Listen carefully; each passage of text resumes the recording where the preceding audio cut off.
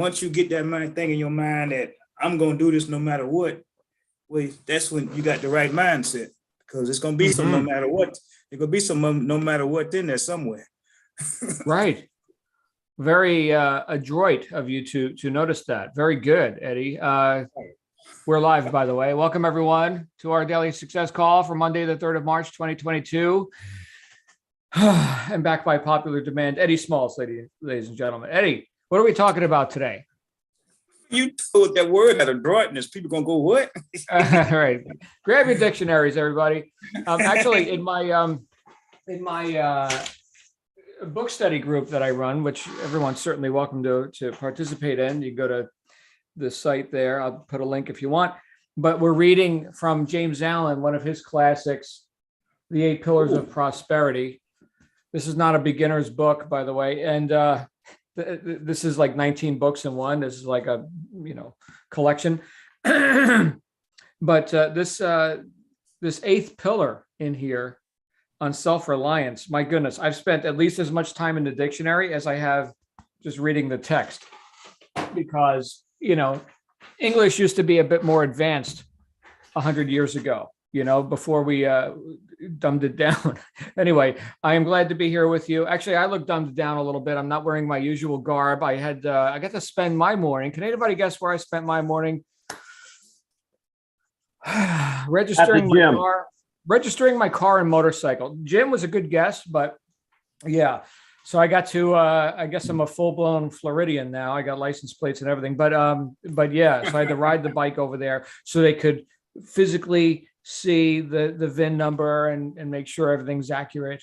My wife was there with our car and all this. So that's the morning that I had. I know I've got a few of you here who are waiting to hear back from me today. So I'm going to be giving you a call just as soon as we're done here in order of appearance. But welcome everyone. I especially want to welcome our brand new members. If you were expecting Karen here today, she's feeling under the weather. So you're stuck with me every day this week. In fact, you know what? That's actually a good thing. I'm the guy that shows up. All right. So that is important to business, showing up. I just had this conversation with my mastermind group. The idea of like what percentage of success is just showing up. I'm going to say it's pretty high percentage that you actually show up in this deal and you participate fully. And I think a lot of times, and this is something I cover with our new members when we have our welcome calls. I've got one coming up tonight with, looks like another full house, 15 people who, if we haven't met yet, I'm going to meet you on a welcome session here pretty soon. Our calendar's packed, just so you know, packed nonstop. I didn't even have time to change out of my gym clothes. Okay. But one of the things that I like to talk with our new members about is this idea of consistency, which I believe we covered yesterday. Was that yesterday? Yeah. Consistently, Weldon Long. Yeah. Good. Thank you, Stu. I saw your head nodding. And so, and consistently doing what? Okay. Well, showing up consistently, that's a part of it right there. And showing up as, the person who intends and expects to, for your efforts, your time and attention and money and everything that you're investing in yourself, right? You expect that to bear fruit. Okay. Now I've had some conversations outside of this group. I've had some conversations with entrepreneurs, like in my consulting and my other businesses, of people who want to become successful using different methods that you're using here. Okay. But still they're showing up for a purpose. They're showing up with an intent to become successful. And what I have found, whether we're talking about e-commerce or online sales or, publishing books or coaching programs or whatever, what we find is that customers tend to gravitate towards people who can be relied upon. In other words, people who show up. That's a good thing, right? It's a good thing. And of course, that was brought to the top of my attention today because my whole morning was like, all right, John, you need to show up there and there and there and there. Okay. So here I am doing it. Okay. But the fact is that I'm doing it. So here's the question for everybody. Are you doing it? in your life, if you're showing up, obviously, if you're here right now, hearing my voice, you're on here live, you're showing up, you're participating in the community aspect of, this whole e-commerce venture. Okay. So that's cool. There's multiple facets to you doing, your business here. Okay. And one of them is the fact that you're not doing it alone. You're showing up here. Guess what though? Guess what? You know how many members we have in the Low-Hanging System? I don't have an exact number for you, but it's thousands. Why is there room on this Zoom room? Why are we not at max capacity? Why am I not calling administration right now saying, hey, guys, you need to quadruple the capacity. Go spend some money on Zoom. Why am I not having that phone call right now? Well, many are called, few are chosen, right? And the initial novelty, yes, the euphoric enthusiasm. You just spent a couple $1,000s on a course, man, you're gonna hit it. This is the one, right? Okay, that wears off. But does that mean you fade away?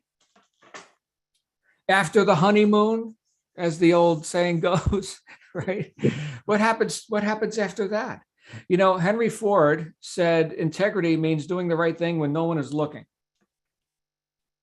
And that's what it meant to him in his his interpretation of it.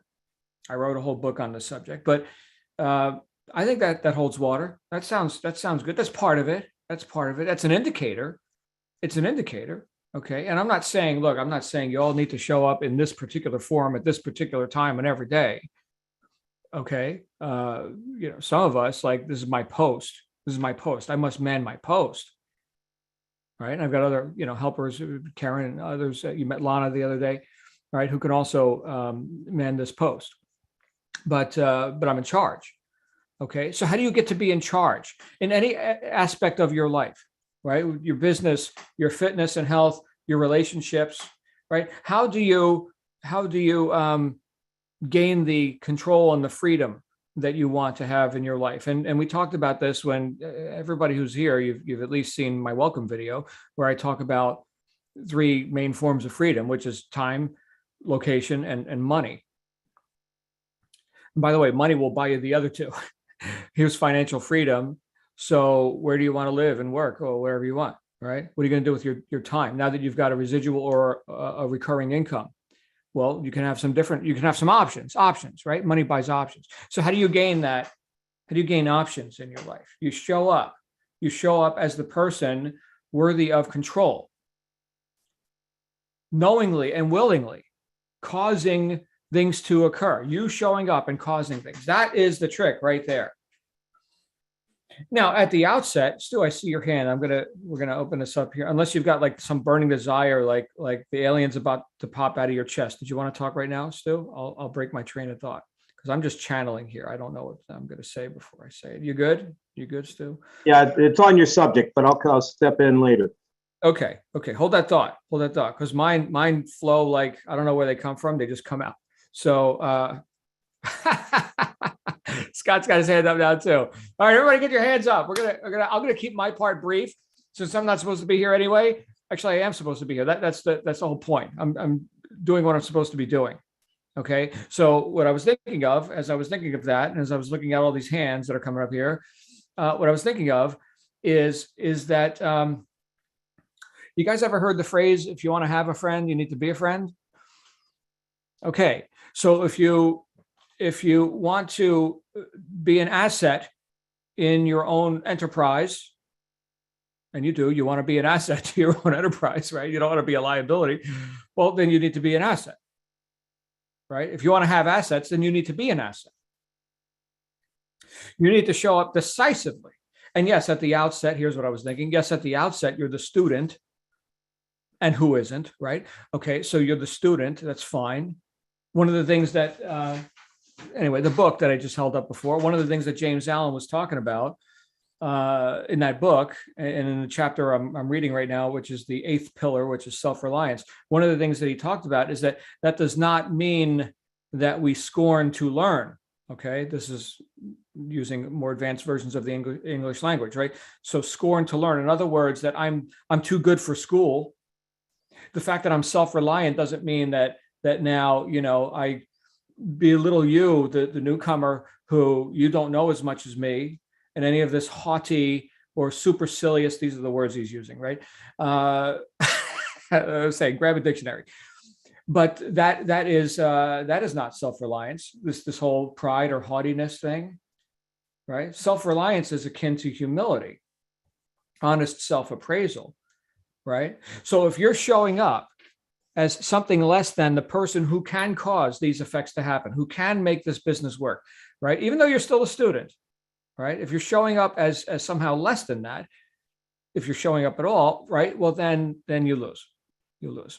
Okay. And again, that doesn't mean that you can't learn new stuff. Self-reliant people know that they don't know. They're like, you know what? Honest self-appraisal. I know this. I don't know that. You do. Teach me something. Right? Honest self-appraisal.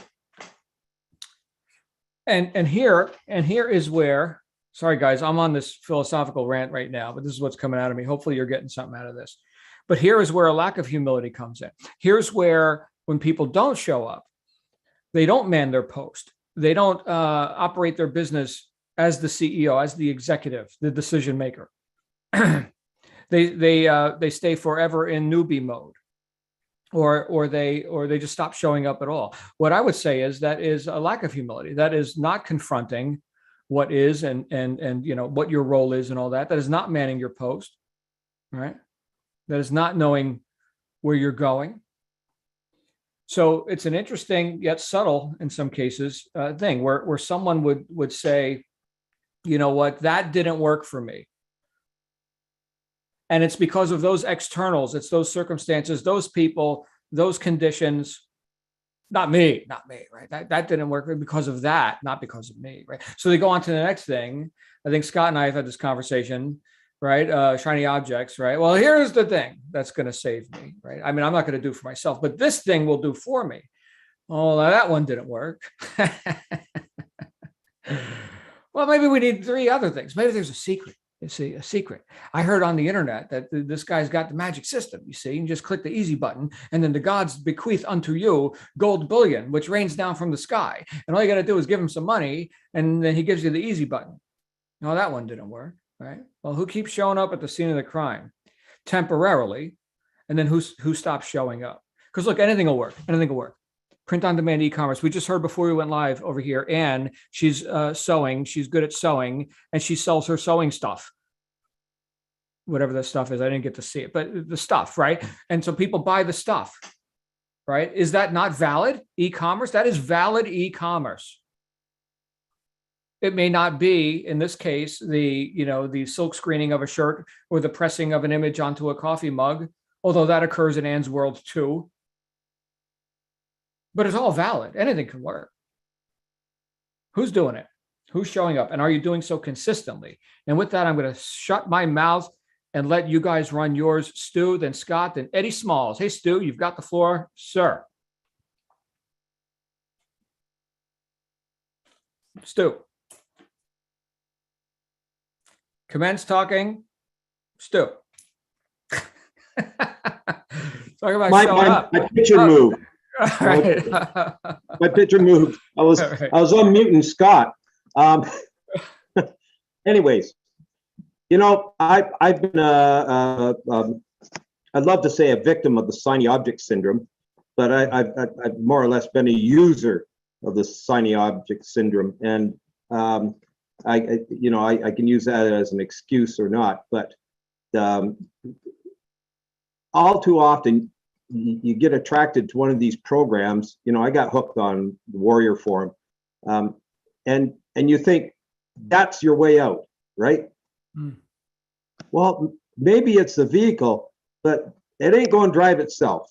And I've come to that realization that if you're not prepared to drive it, don't buy it. If you think you're getting into this and it's going to run itself, it ain't going to happen. And I remember I've been a student of self-improvement as well, but I love that saying, rich people get rich, or successful people get successful doing the stuff poor people or unsuccessful people don't want to do.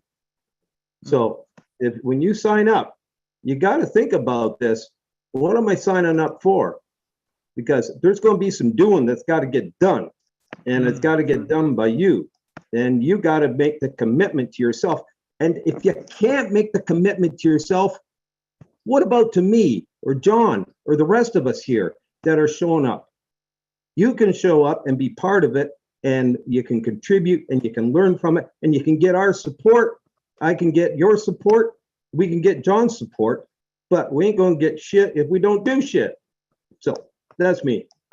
Profound. Did you guys get that? Hopefully you all wrote that down. That was that last part right there.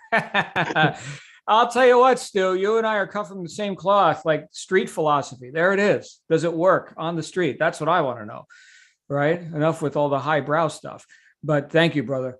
Thank you. Glad you're here. Let's go to Scott, then Eddie, then Pat. Hey, Scott, you've got the floor, sir. Well, I just wanted to share a recent success for me. So, we were talking about the shiny object syndrome. Well, for me, I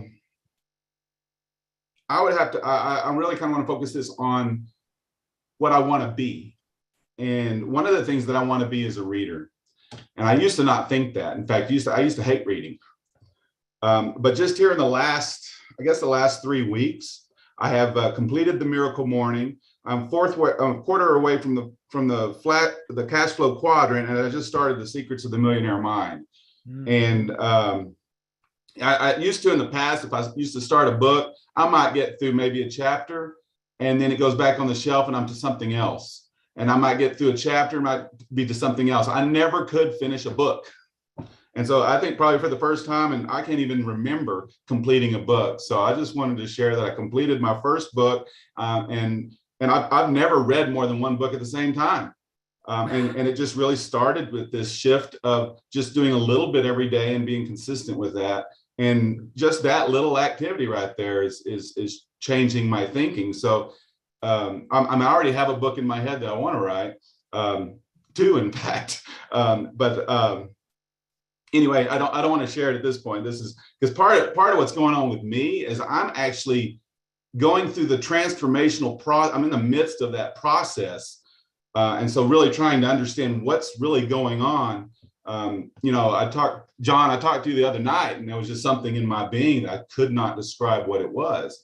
And, in the past, I might say, well, maybe it's a fear because I'm getting out of my comfort zone, but I think it was something totally different. I think part of what's going on there's a warring inside of some different philosophies and having challenged old beliefs, new beliefs, all that kind of thing, and just embracing the process. I think about what's happening is I'm identifying some old ways about myself that I want to change that I don't like, by implementing some new things to change that old programming to have some new programming. And so it's a beautiful thing, but sometimes in that process, it's pain, it's crap, and I hate it in the process. But I'm starting to learn that you look back and you're glad you went through that process. And so anyway, I just wanted to share that. Thank you. And you know what? Let me applaud you, Scott, for being willing to look and confront, here's what's happening with me. There's that, what the late Bob Proctor called the terror barrier, right? So you've got X-type thinking and X-type behaviors and X-type results, right? Well, if we introduce Y, XY, well, hold on a second. That's not, in my paradigm, we hit a wall, like an imaginary, mental wall with that. And then we can slink back into the security of X, right? Or we can cross that terror barrier if we've got enough intention, motivation, resolve, right? And now we can supplant X with Y, right? So he explained it graphically, and it was, I think, pretty useful. But I hear you, man, and I think we've all been there. Sadly, a lot of people just won't look; they'll just slink back into their hole or something. So excited for you, Scott. Glad you're here. Let's go to the Reverend Eddie Smalls. How are you, brother? Oh, Reverend. I promise I'm a not preach today. I'm gonna try not. Oh, come on! I got the collection. But but look. This you're saying showing up. I think that was Woody Allen that said, the biggest part of success is showing up. Now he's in the movie making business. If you don't show up there, well, heck, how can you get a movie done? You know, and you have to commit yourself because a movie project might take what, 2-3 years. And if you look at those credits at the end of the movie, all those people looking for a paycheck. That's why movies cost so much. And they cost even more now because you got so much technology and all this, you know. But the point I'm making is this. I hear the gentleman talking about that's Scott talking about reading, and gosh, Lord, I'm a voracious reader. But it started with comic books. You know, I mean, I fell in love with comic books, and comic books are words. They're pictures, and they're, you know, shiny objects all on the front cover. They get you over there, and it taught me about marketing. So that's what you're doing. You're putting something like Ann's over here. She's, you know, like I said, she's looked like a professor working on his or her lesson plans, but she's sewing. She get a passion for sewing. And see, gosh, whatever your passion is, you need to look at that. That's your shiny object that you need to look at. Because you've been, you know, like I said, you know, I learned to speak from comic books. I promise you. I'm in here in South Carolina, and my relatives talk so, they tore the English language up. It just wasn't English. You know, but anybody from a small town know what I'm talking about. I mean, goodness, you know, Mayberry wasn't the only crazy town in America. You know, and so I wanted to speak well. And not only did I want to speak well, I wanted to be able to get paid for doing it. I used to get some money for speaking. I said, wow, speaking? You know, then I got paid for writing. And then when they say, well, how do you do it? So we got paid for coaching. But each time you show up as somebody and somebody likes it. That's what it's about. And so when I saw Superman doing that crazy stuff on the front, I said, God, that's magnificent. Look at that beautiful suit. He got a cape on, he's doing this and all this. And they got these gorgeous words of that Superman. My pal, Jimmy Oates and all that. I mean, that's how you do marketing. You do that on this internet. I mean, I'm marketing myself right now. That's why I didn't, you know, this is the simple part of it. The other part is, you know, like I said, we listen to John Lavinia, and when you hear him now, he's really out there, honestly. The only ones he's near is those that really know what he's talking about because he's done these things. I mean, when he started talking about making $1 million and losing it, and can you make it again? You start about people their heads start doing, you know, because they thinking 100,000 is a lot of money. It's where you are. Wherever you are, that's where you start. Don't worry about what everybody else is doing. What do you want to do? You got to show up as that with the intentions of growing. You're a rocket ship sitting on a launching pad, and you launch from where you are because you still got to do the thing to get past the gravity. And the gravity is all that stuff that's holding you back. I ain't never had no money in my life. My family, everybody's broke. I lived off welfare. I'm so embarrassed. You know, all these things stop you. It doesn't matter where you started, it's where you going.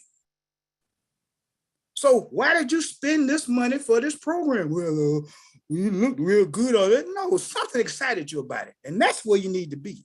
I got excited because I saw a way to use the things that I've been doing and put it on a cup, put it on a t-shirt. I like t-shirts. I look at people think I'm a weird because I'm over there doing like this. I'm reading that t-shirt.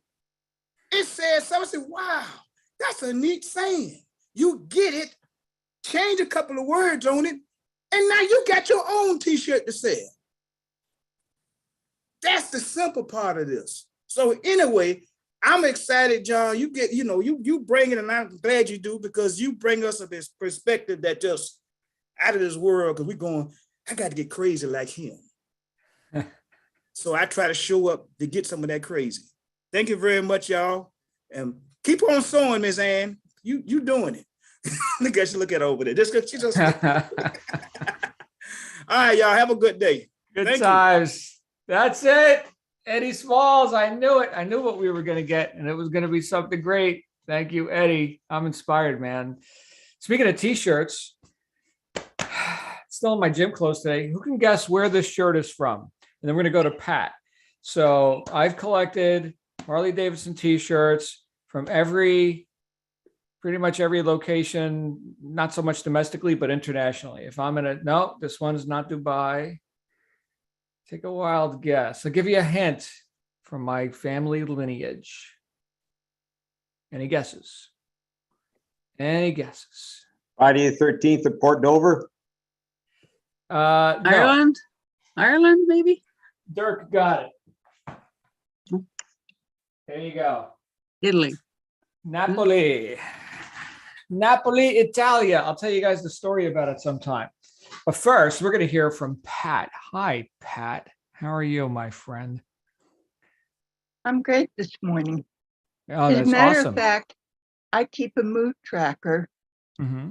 and I looked at it for the end of last month and so far into this month, and every day has been either outstanding or great. Oh. And compare that with the months before, where most of my days, the best was content. So I'm happy about that. Wow. But one thing I wanted to say, you were quoting Henry Ford. One of the other things that he said was, whether you think you can or think you can't, you're right. Mm-hmm. And I started reading The Power of Consistency and The Box. And I thought a lot of people have been talking about the negative things in the box that they're trying to get rid of, which is good. But last night I was thinking there's a lot of good things in there too. Mm-hmm. And I thought, where did I get my work ethic from? Well, I spent summers with my grandmother from the time I was 2 until I was about 16 or 17. And in my grandmother's house, if you didn't work, you didn't eat. And that was an ironclad rule. The only excuse for not working was you were in bed with a fever of over 101.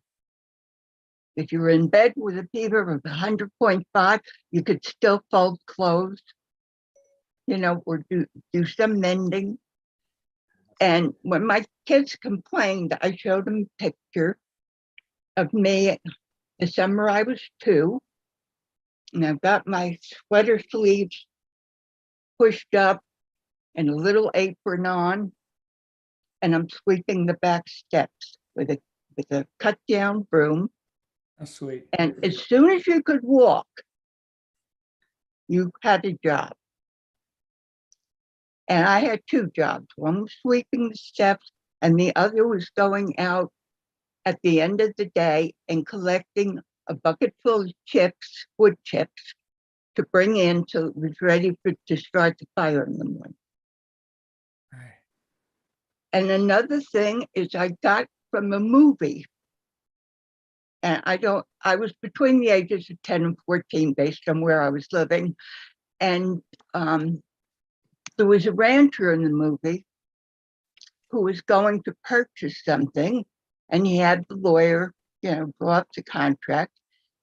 And he went in and he was questioning certain, sections. And the lawyer said to him, you don't need to understand that, but that's what you pay me for. It's good. And the rancher said, I never sign anything that I don't completely understand. That went into here.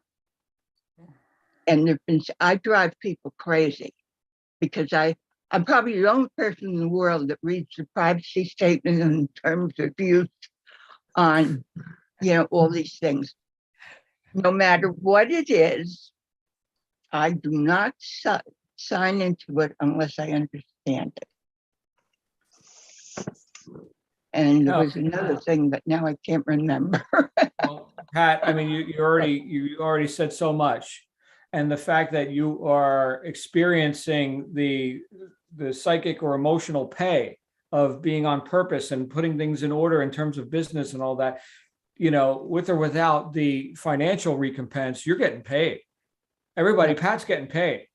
That is awesome. So in fact, Pat, why don't you send in a little testimonial or something to in fact, send it to my email address, johnl@knowledgesource.com.au. Everybody, if you're getting something out of these sessions, you know, I mean, I need validation too, right? Send some acknowledgement my way. We'd love to hear your feedback, or if you got ideas, you know, on topics and things you want to talk about. Otherwise, it's just going to be whatever comes out of my mouth, and Pat's and Eddie's and, you know, whatever. Usually something good. Speaking of good, why don't we hear from Scott Barker, who's always, you know, here he is. Scott Barker, ladies and gentlemen. Hello. Thank you, John. Good morning, everyone. Oh, afternoon, whichever. I want to take up what Pat was saying, just that mention that when there were rules that were followed. I think that's something you can certainly do for yourself. I mean, you can establish rules that you just simply don't break no matter what. There are life rules, like the idea of not signing anything if you don't understand it, and the idea of drawing a line in the sand with people, so they don't, you know, and these things have profound wisdom behind it because they work in life. And also the idea of doing something every day, of showing up, as John would say. And that might change from day to day. You might get a gut feeling that you need to focus on this particular area of the business, or that, or some particular program you need to learn about. And at the end of the day, it doesn't really matter what it is, so long as you're in the game, you're putting a step forward, and you have this rule. You're going to do something. You're going to do something. And when the debate, the questioning, do I really want to? That stops because it's replaced by action. Action replaces thought. Because thought serves a purpose. The feelings serve a purpose up to a point. And at the end of when they start depleting you of the ability to act, they cease to have function. They cease to have any use. So then you just stop the chatter, get on with the action, whatever it happens to be. And because you're in the game, because you're taking action, you learn how to discern over time what is the more effective action, what is the better use of your time, and what you'll do in a month from now could be very different to what you're doing now, because your discernment, your understanding of the fine points of what needs to be done, what needs to be focused on, will change. But if you're not in the game, you'll never develop that understanding and that clarity of thought about the process. Just getting in there is the challenge. And getting your own brain and your own mind, your own thoughts out of the way is possibly the biggest challenge. But I think there is a point at which action has to replace thought, has to replace feeling, because action is what yields results. And as I said, if your thoughts or feelings get in the way of that action, get rid of them. You know, if they serve you, fine. If they don't, kick them out. You don't have time for them. Just as you don't have time for people who pull you down. If your thoughts are like people who put you down, get rid of them. You don't need them. Focus on what you need. And that's why I say the rules. That's something you need. And distracting thoughts, that anything that goes against those rules, kick it out. You don't need it. I mean, half of what I'm learning is half of what life is about is letting go of things to make room for the things that you dream of. If you can't let go of certain things that don't serve you, your dreams will always be out of reach, because you don't have the mental space or the time, or you don't have the resources to give to everything. So just give to your dreams, and let, as I say, let the dead bury the dead, because you've got to move on with the living. And that's what dreams are. Dreams are a celebration of life. And negativity is basically a celebration of death. And everything that doesn't serve you, who needs it? Anyway, that's my thought for the day. Thank you, Scott. Great stuff. And like Pat was talking about, there are, she's talking about the box, referring to Weldon Long's book, like what component parts are in the box. And some of them are very good and useful. Here's the work ethic, right? So where'd she get that? Well, and now we got to hear the story about where she got that. So cool, Pat. Pat, you got your hand up again. Was there something else you wanted to say? Yes, I remembered the third thing. Oh, It's promises. When I was growing up, there were very few people in my life who kept promises, which is heartbreaking to a child. I made up my mind I would never make a promise to my children that I was not committed to keeping, no matter what circumstances came up. Mm. You know, if they asked, you know, can we go here? Can we do this? My answer was always, if it's at all possible, we'll do it. But if I made a promise, I kept it. And then I developed the habit. I finally realized that I could make promises to myself. At one point, I weighed 350 pounds. And I made the promise to myself that I would lose 1 pound a week. Doesn't sound like much. You see all these advertisements, lose 35 pounds, 30 days. But I kept it. And so far I've lost 175 pounds. Wow. And I still have a ways to go to get where I need to be healthy. But thank you. But that was a promise. And when I started this program, I wrote down my second promise. I would stay with this program. I would do what it suggested, and I would make it successful. And that's a written promise that I have displayed someplace in the house. And I'll keep the promise because I don't break my promise. beautiful. Thank you again, Pat. You're welcome. Voice of experience, Pat G, ladies and gentlemen. Pat G. She'll be here all week. Very good. Thank you. I stole that one from Stu from yesterday. All right, we got to wrap up. Let's hear from Shaquille first, and then we're going to get on with action for today. Hey, Shaquille. What's up, John? What's up, everybody? Good afternoon or morning, depending on where you are. I didn't even want to talk today. At first, I was just gonna, just chill and listen. But everyone inspired me, and thank you all. Thank you all. You all are awesome people. But what I wanted to say real quick, since the topic was kind of like, it was on like a large part of winning the wars, actually showing up to each of your battles. And that's half of it. And what I wanted to say kind of on like a spiritual note, because we got the preacher in the house. And also, John, you were talking about, how you kind of just go on like kind of like a freestyle. You just like talk and channel. And that's kind of what like spirit and the gods and goddesses love that in people, is that you get your, you get that fire, you get that inspiration, and you don't bring too much baggage of thinking and fear and feelings into it. You get inspired and then you just go. And when you go, that's when you get those grand ideas, the inspiration comes, but you kind of have to put yourself out there first. And that's when intuition will come to you. And so when we find ourselves in a position where we're kind of just overthinking and stuff like that, but we have the inspiration, but we're like, okay, how am I going to do that? What am I going to say? When I got on here, I didn't know what I was going to say either, but you know what I mean? You kind of just have to put yourself out there, and then you'll get the ideas that, that's when the like genius comes.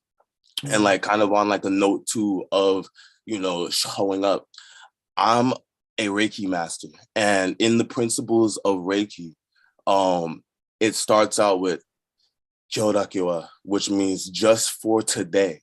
And then we have our principles of not being angry, showing gratitude, being kind to others, completing your like work earnestly and not worrying. And it's a contract for just for today. It's not forever.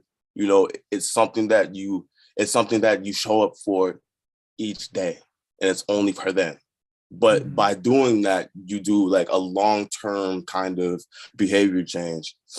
Sure. And it's some powerful stuff. It's some powerful stuff, you know. And even at my laziest, like I had some times where, especially at the start of quarantine, I just felt super lazy. I got off of my like workout routine and stuff like that. I gained some weight and it sucked and I hated it. So I wanted to get back to action. And it was hard for me to just jump back in onto my routine that I was at because I took so much time off. So I made a small commitment of 20 minutes per day of cardio just to get started again. And then by doing that, I was able to grow to get back to my old all promise that I kept of doing 20 minutes. And that's it. That helped me to stay consistent and become more powerful in the long run, you know. So I'll leave it at that, baby. Thank you. Thank you, Shaq. Good times. All right. When you said Reiki, at first I thought you're a rake master. I was like, I'm a rake master. I just got a rake at the Home Depot. It was like $25 for a friggin' rake these days. Did you guys know that? Rakes are like $25 for a stick. Anyway, all right, we got to roll. Stu, last word to Stu. Okay, John, am I unmuted? You are. Yeah. I just want to say I started this program February 13th, so just a couple of weeks ago. At the same time, I started going to the Y. I'll tell you, it really helps me stick with my plans. That little bit of a workout every morning, I'm there 7:30 every morning, and except Sundays, they're closed Sundays. But that commitment to my health and my peace of mind, right? Even emotional health and the endorphins you get from that is really helping me stay on track with what I'm trying to do here with the low hanging system. That's just my 2 cents. Well, sounds like you got some good advice from somebody about, exercise. That's great. Well done, Stu. Send me their number. Maybe I'll take their advice too. Love you guys. Let's have a great day. Let's get it done. All right. Action begets action. Let's get action going here.